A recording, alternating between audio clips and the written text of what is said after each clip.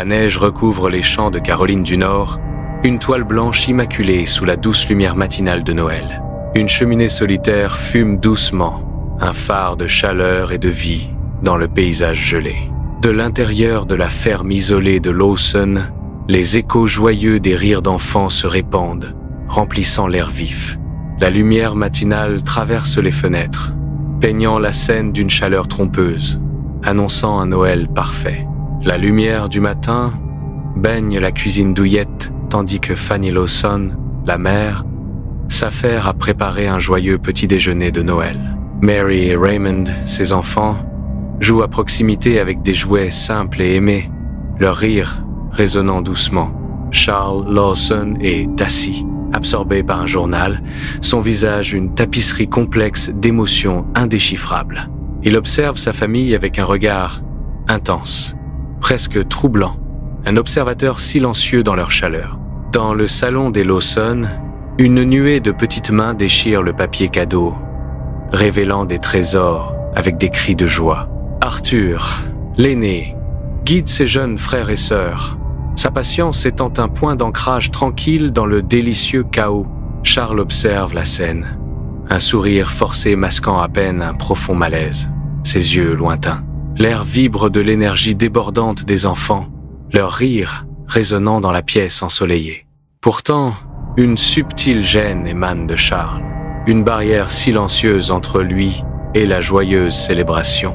Bien que physiquement présent, Charles reste émotionnellement détaché, un contraste frappant avec l'exubérance environnante. Charles Lawson, carabine à la main, s'éloigne de sa maison, ses pas lourds faisant écho au poids de ses intentions cachées. Son regard est perdu, un vide reflétant la tourmente intérieure, alors qu'il quitte l'agitation joyeuse de la maison.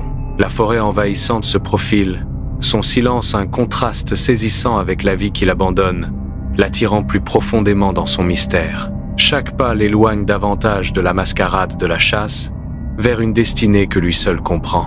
L'air crépite d'une tension inexprimée, laissant entrevoir un but plus sombre que ne le suggère le fusil. À l'intérieur de la maison de Lawson en fête, les chants joyeux de Fanny et des enfants emplissent l'air, leur voix une symphonie de joie des fêtes.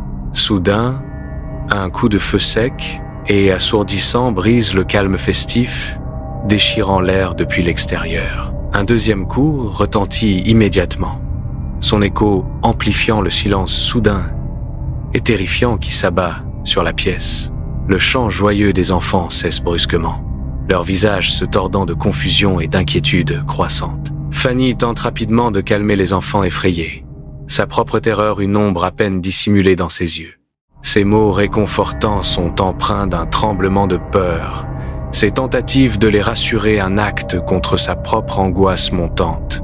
La chambre de Lawson est le théâtre d'une dévastation indicible, un silence étrange et pesant planant dans l'air. Des enfants terrifiés découvrent les corps sans vie de Fanny et de leurs frères et sœurs, leurs visages marqués par l'horreur. Les décorations de Noël sont éparpillées, témoins silencieux d'un acte de violence inimaginable. Un ornement festif, maintenant brisé, reflète l'innocence brisée de la pièce. L'horreur pure et palpable, un poids suffocant dans cet espace chaotique et désolé.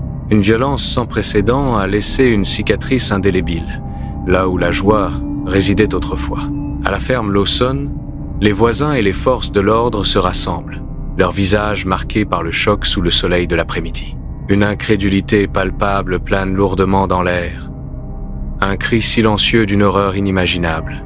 La neige pure et immaculée, maintenant souillée, une toile crue tachée de cramoisie par une horrible vérité. Les adultes restent figés, leurs expressions des masques de terreur, les yeux écarquillés d'une peur ineffable, les cris d'enfants transperçant le silence étouffant, leur innocence brisée par la scène. La ferme autrefois paisible est maintenant un tableau de tragédie, un souvenir obsédant pour tous ceux qui en sont témoins. Le bureau du shérif bourdonne d'une intensité lugubre. Les enquêteurs se penchent sur les preuves, leurs visages marqués par le désespoir. Des photos de la scène sont éparpillées sur une grande table. Chaque image un témoignage silencieux d'une tragédie incompréhensible. Des murmures de problèmes financiers de la Grande Dépression, des troubles psychologiques et des traumatismes crâniens flottent dans l'air. L'absence de lettres ou d'explications intensifie la frustration, approfondissant le mystère entourant l'affaire. Le shérif secoue lentement la tête, un profond sentiment d'impuissance assombrissant ses yeux. Son visage, toile du désespoir, reflète le fardeau accablant d'une énigme insoluble, un plaidoyer silencieux pour des réponses. Une foule sombre se rassemble, les visages marqués par la douleur, aux funérailles de la famille Lawson au cimetière. Marie, la seule survivante, se tient à l'écart, le regard vide, perdu dans le monde de son profond chagrin. Un vent glacial murmure à travers les vieilles pierres tombales, emportant les larmes inexprimées et les prières silencieuses. L'air lourd est imprégné du mystère inexprimé de la tragédie, un voile sombre sur des tombes fraîchement creusées. Marie reste isolée, une figure obsédante au milieu des personnes en deuil silencieuses, son vide contrastant fortement avec leur chagrin. La ferme Lawson se dresse, désolée, un rappel squelettique d'un passé horrible, son silence même criant des volumes. Les fenêtres brisées béent comme des yeux vides, reflétant le ciel lugubre et blanchi par le soleil au-dessus des murs en ruine. La nature reprend ses droits. Les vignes rampent comme des doigts agrippants. Les mauvaises herbes prospèrent là où la vie s'épanouissait autrefois. Une pancarte à vendre, rouillée et à moitié tombée penche dangereusement, un monument sinistre à une maison que personne n'ose acheter. L'air est lourd de l'histoire tacite du massacre de Noël, un écho de l'incompréhensible.